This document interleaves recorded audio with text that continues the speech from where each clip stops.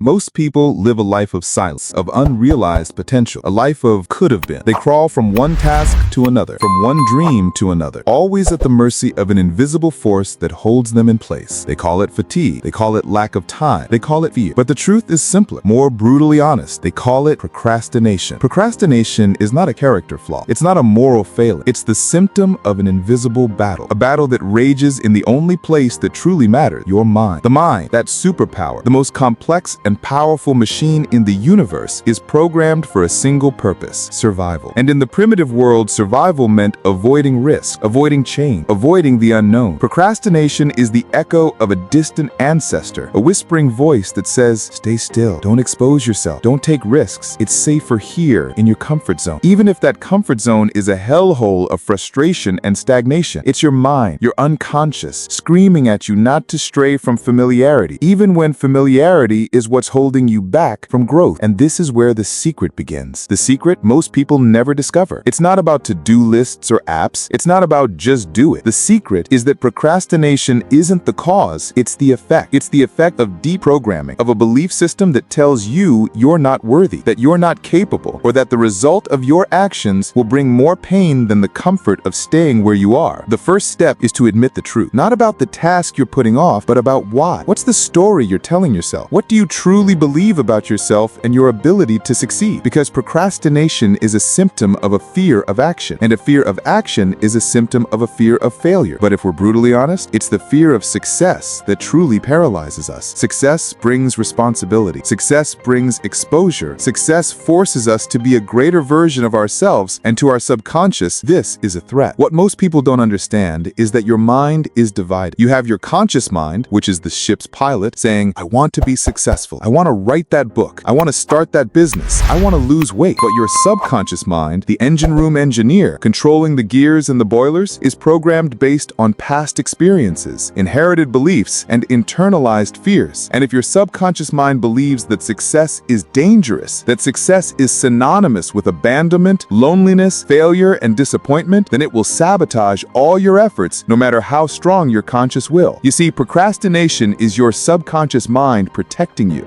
you from a future it perceives as dangerous, no matter how bright it seems to your conscious mind. And that's why simply doing it doesn't work. It's like trying to drive a car with the handbrake on. You can accelerate all you want, but the car won't go anywhere. Your willpower, your conscious discipline, is the accelerator, but your subconscious, with its beliefs and fears, is the handbrake. The real secret to ending procrastination isn't about finding a new technique. It's about rewriting the code in your engine room. It's about reprogramming your subconscious mind. Procrastination is an internal conversation, a conversation between what you say you want and what you truly believe is possible. You say you want to thrive, but your subconscious mind whispers, but you're not good enough. You say you want to start, but your subconscious mind screams, what if you fail? What if people laugh? What if you lose everything? This voice, this conversation is the root cause. It's fear masquerading as laziness. Do you want to end procrastination? Stop focusing on tasks. Start focusing on yourself, on your self-image. Your self-image isn't about your appearance or your success. It's your internal story about who you are. It's the sum total of all your beliefs and experiences about yourself. Your self-image is the map your subconscious mind uses to navigate the world. If the map tells you you're a procrastinator, guess what your mind will do? It will make you procrastinate. Not because it's lazy, but because it's acting according to the map. It's protecting you, keeping you true to your identity. Bob Proctor used to say, most people don't even know who they are. And that's why they live a life of imitation, of conformity. They're trying to be a better version of themselves, but they're fighting their own self-image. They're trying to paint a canvas that their subconscious refuses to create. The path to effortless action is to change your self-image. And the way to change your self-image is not through willpower, but through repetition. Repetition of a new truth. You don't become a person of action by doing something. You become a person of action by thinking of yourself as a person of action. It's like the story of Thomas Edison. He didn't become an inventor because he succeeded on his first try. He became an inventor because he saw himself as one. He saw himself as the person who found the solution, who persisted, who never gave up. He didn't procrastinate because his self-image wouldn't allow it. His self-image was that of a man of action. Henry Ford, the man who put America on wheels, didn't procrastinate building his first car. He had failures and opponents, but his self-image was that of a visionary, a man who would transform the world. Procrastination is waiting for the stars to align, for the conditions to be perfect. perfect, for inspiration to strike. But inspiration doesn't come by chance. It's invited. It's attracted. Inspiration is what happens when your mind, your self-image, and your purpose align. So how do you change this self-image? Not with a single heroic act, but with a series of small acts. Small acts of courage. Small acts of saying yes to your life and no to your fear. It's like a gardener. You don't plant a forest all at once. You plant a seed, water it, tend it, and then plant another. Your new self-image is the seed. Your purpose is the sun. Your action is the water. Procrastination, at its core, is the gap between what you know you need to do and what you actually do. It's the wasteland where dreams die, where potential disintegrates. What most people don't understand is that this gap isn't filled with willpower, it's filled with clarity. Lack of clarity is the silent catalyst for inertia. You say, I want to start a business. But what business? With whom? Where? When? Without a map, without a compass, without a clear destination, your subconscious has nowhere to go. It drifts, and the result is paralysis. You become overwhelmed, and the only thing that feels safe is doing nothing.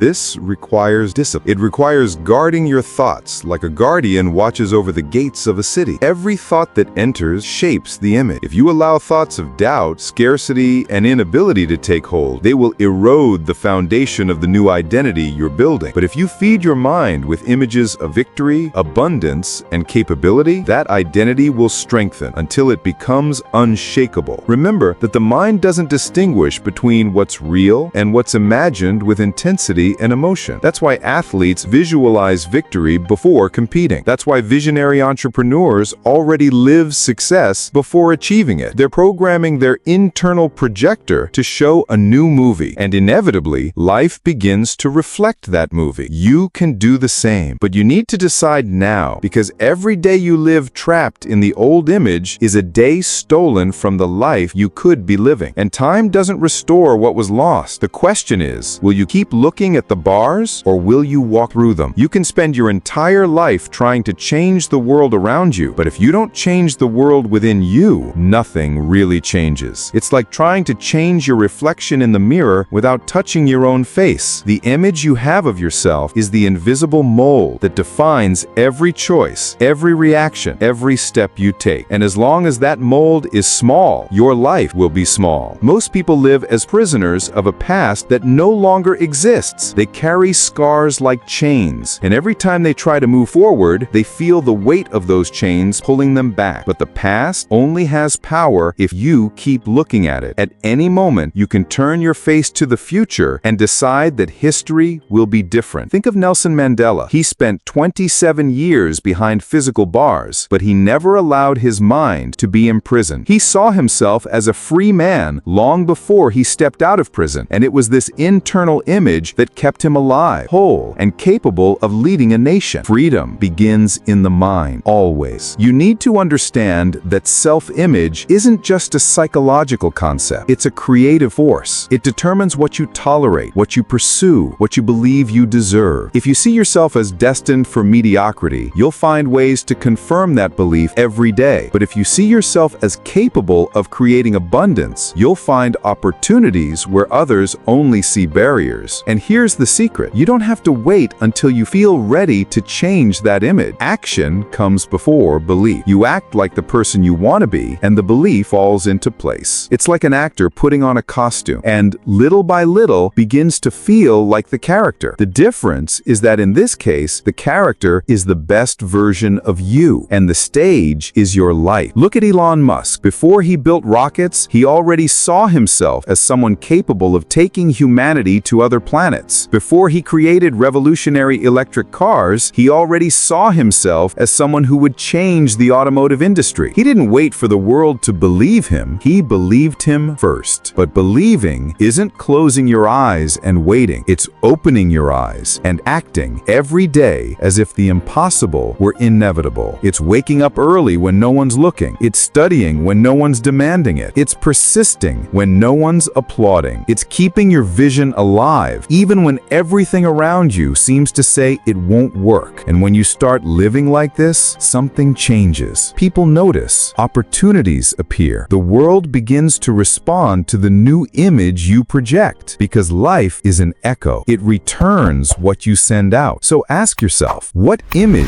are you projecting right now? Is it the image of someone hoping things will get better, or someone deciding things will get better? Is it the image of someone who sees themselves as a victim of their circumstances, or someone who creates their own circumstances? The answer to these questions lies not in the words you say, but in the actions you take. Because the true picture isn't the one you describe, it's the one you live. Conscious reprogramming of self-image begins with an act of silent rebellion, refusing to accept as final what has been imposed upon you. It's looking within and saying, this is not my final form. I am not this story I've been told. I am not the inevitable result of my past. You need to understand that the mind is moldable. Each repeated thought is like a chisel striking the stone, sculpting the figure you believe yourself to be. And if you don't take control of that chisel, others will do it for you. The media, other people's opinions, family expectations, failures you couldn't interpret. The first step is clarity. Clarity about who you want to be, not just what you want to have. Because possessions, titles, and achievements are consequences. The cause is always identity. Ask yourself, if I were already the person I want to be, how would I think? How would I act? How would I react to problems? And then start acting that way now, even if it feels uncomfortable, even if it feels like faking it. It's not pretending, it's rehearsal. And every great role requires rehearsal before the premiere. Michael Jordan didn't become the greatest basketball player simply because he practiced shooting. He practiced his mindset. He saw himself as a winner before he won. He entered the court with the poise, confidence, and energy of someone who already knew the outcome. And this internal image shaped every move, every decision, every reaction. You need to do the same with your life. Create an internal script so vivid that your mind can't tell whether it's imagination or reality, and then live according to that script until it inevitably becomes real. But here's the point that separates those who transform their lives from those who only dream: consistency. It's not enough to create a new image for a day or a week. You need to sustain it until it completely replaces the old one. This means monitoring thoughts, words, and actions. It means breaking habits that reinforce the old identity. It means surrounding yourself with people, environments, and information that nourish the new vision. And yes, there will be resistance. The old image will try to pull you back, like a rubber band that won't break. You'll hear the voice inside saying, this isn't you. You're forcing it. But that voice isn't the truth. It's just the echo of the old you trying to survive. This is when you need to be stronger than ever, because if you resist, if you keep moving forward, the day will come when the new image will be as natural as breathing. And on that day, the world around you will begin to change almost magically. It's not magic, it's the law.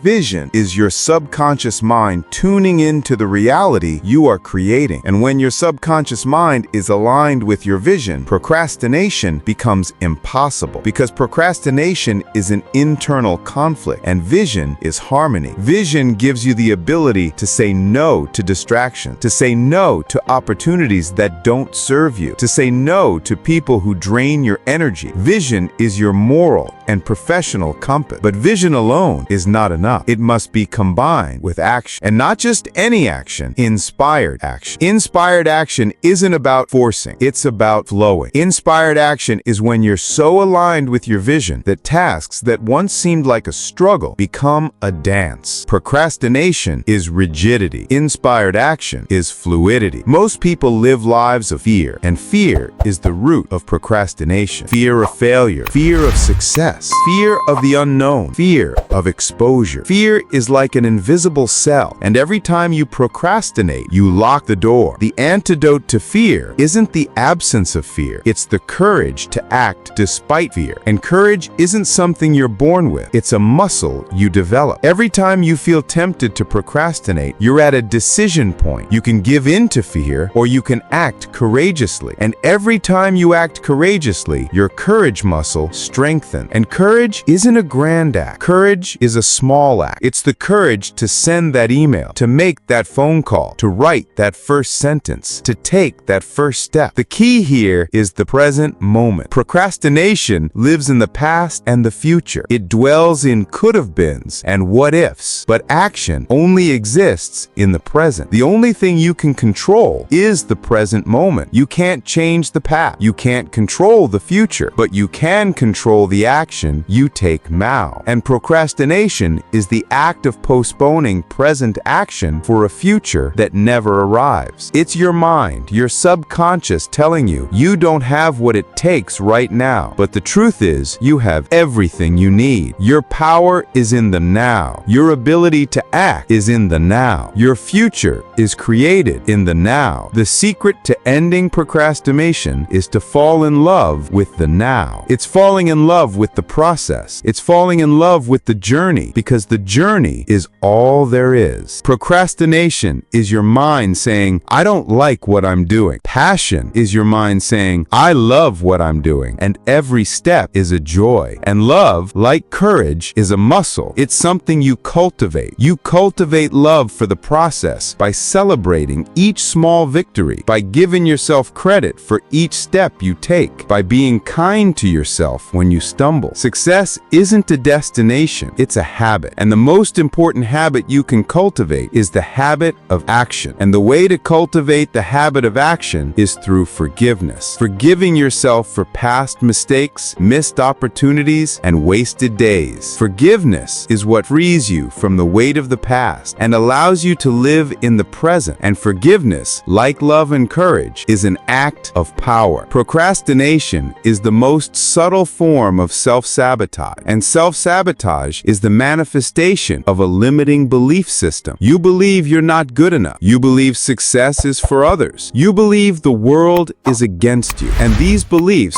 like a magnet, attract circumstances that reinforce your truth. Do you want to end procrastination forever? You have to change your beliefs. And the only way to change your beliefs is through repetition. Not by repeating empty mantras, but by repeating new truths that resonate with your soul. You have to start seeing yourself as the person you want to be. You have to see yourself as the person who takes action, who is disciplined, who is powerful. And you have to repeat this new truth to yourself every day until it becomes your new reality. Your subconscious mind doesn't care whether something is true or not. It cares whether something is repeated with emotion. And emotion is the language of the subconscious. So you have to feel the thrill of being the person who takes action, the thrill of being the person who keeps their word, the thrill of being the person who lives a life of purpose. You have to fall in love with this new identity. And once you fall in love with this new identity, procrastination becomes impossible, because your subconscious mind, your old self, fighting against your new self. It's your subconscious mind pulling you back into your comfort zone. But when your new self-image is ingrained, your subconscious becomes your greatest ally. It begins to pull you towards your future. It begins to give you the energy, motivation, and clarity you need to take action. Procrastination isn't a weakness. It's an invitation to look within, an invitation to change your beliefs, an invitation to create a new story. And the story you tell yourself about who you are is the most important thing you can do, because your story is your reality. So what's your story? Are you the person who procrastinates, or are you the person who takes action? Your answer to this question is the secret that ends procrastination forever. Your life is your masterpiece, and you are the artist. What will you create?